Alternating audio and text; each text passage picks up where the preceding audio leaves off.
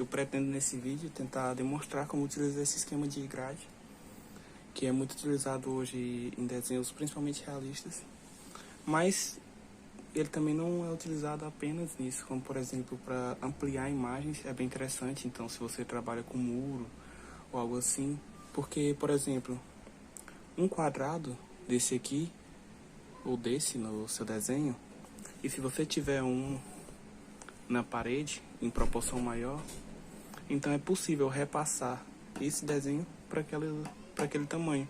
Então, por exemplo, você tem um quadrado desse tamanho e eu tenho aqui um quadriculado com o dobro do tamanho, então eu consigo duplicar o tamanho daquele desenho. Então tem alguns aspectos que se aplica que é legal. Eu acho mais interessante para quem está utilizando do que a mesa de luz em si, porque nele você consegue praticar um pouco mais a noção de distância. E como diz aqui, a pessoa vai quebrando a imagem e analisando os espaços negativos, porque essas partes menores e mais abstratas normalmente se tornam mais fáceis de desenhar. Então é muito utilizado por conta disso, mas não existe só essas linhas, existe outras linhas auxiliares como os eixos, ó.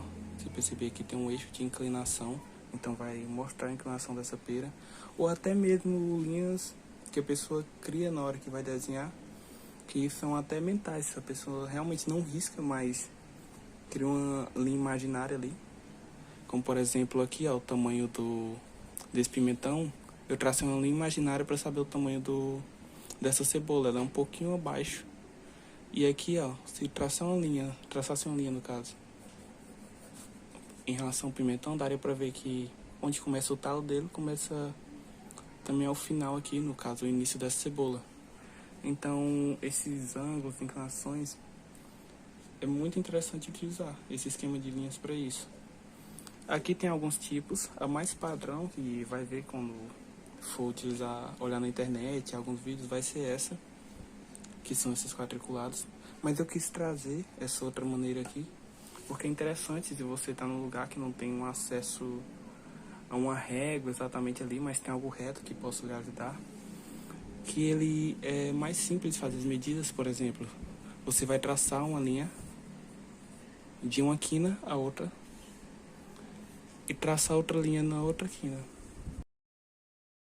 Ao fazer isso, você vai encontrar mais ou menos, claro que não tem como ser tão preciso fazendo só assim, mas vai encontrar mais ou menos um meio. Achando esse meio, é possível traçar uma linha reta aqui e também uma linha reta assim.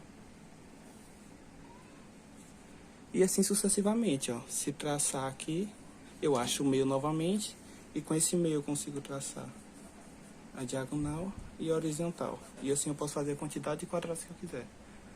Então ele se torna um pouco mais prático. Agora eu vou demonstrar aqui realmente como vai ser essa utilização.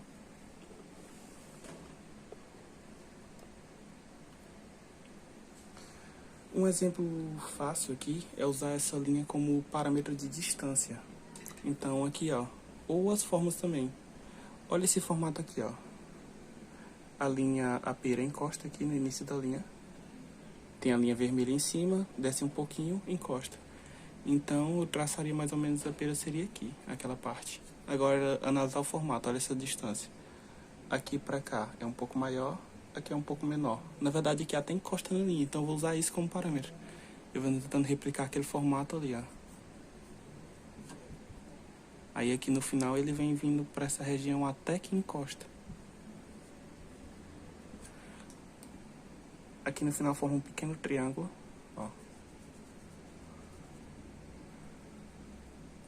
Então vou tentar replicar esse triângulo agora usando como referência essa linha e essa linha. Mas é interessante que eu usei também como referência, ó, essa linha aqui, que é onde está encostando ali. Então depois que encosta começa a virar.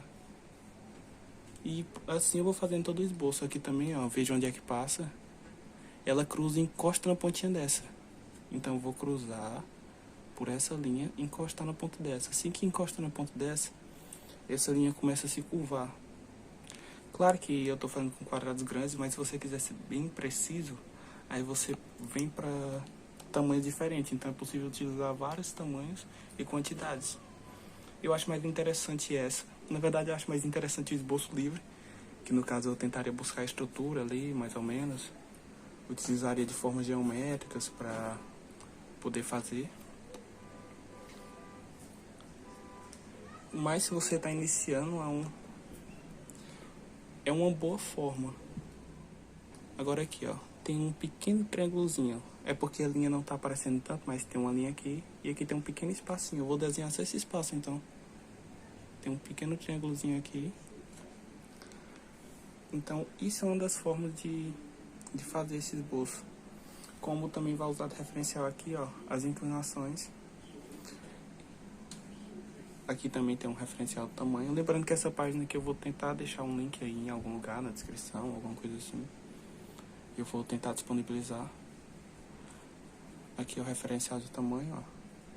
Então não é no meio da linha, se viesse até no meio seria aqui. É um pouquinho para cima, não é exatamente na metade da metade. Então um pouquinho para baixo. Então eu vou tentar analisar aqui.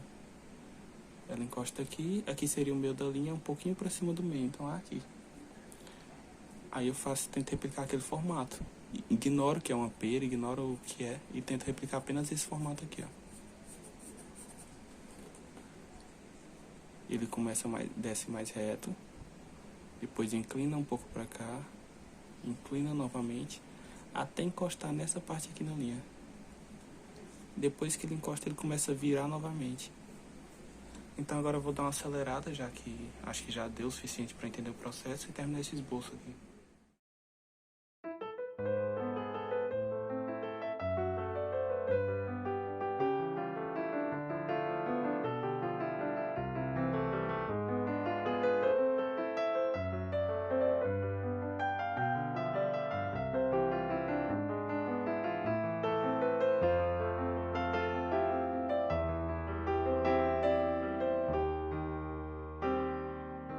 Só para lembrar, o esboço deve se fazer de forma bem leve.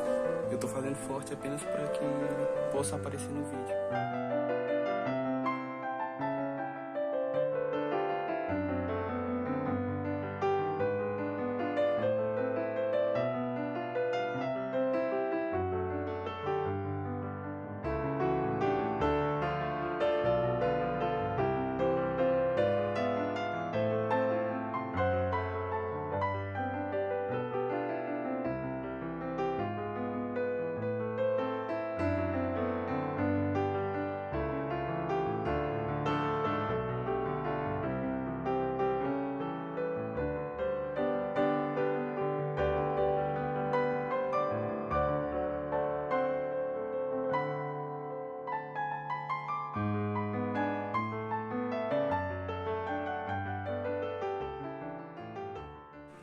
Como esses quadrados, essas linhas guias que eu fiz tem uma distância grande e não são tantas, eu acabei tendo que utilizar essas linhas imaginárias que eu tinha comentado aqui. Como por exemplo, eu tracei uma linha imaginária de uma ponta a outra para saber onde essa parte sai e onde essa parte sai.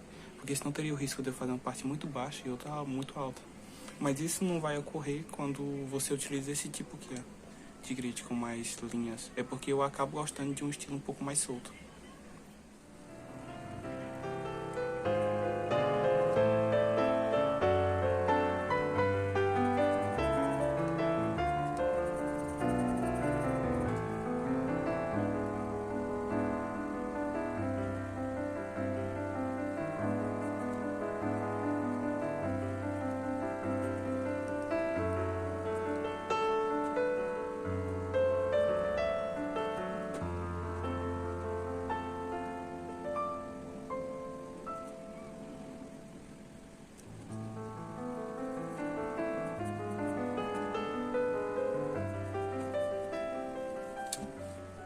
Então, acabei agora esse esboço simples, mas é também interessante, se você já quiser, um exercício até legal, que eu proponho fazer, é colocar uma imagem no grid e em vez de vir fazendo com o esboço, assim, já vem fazendo com a sombra. Então você analisa ali, ó, essa sombra começa aqui, vou pegar um exemplo mais fácil, na verdade.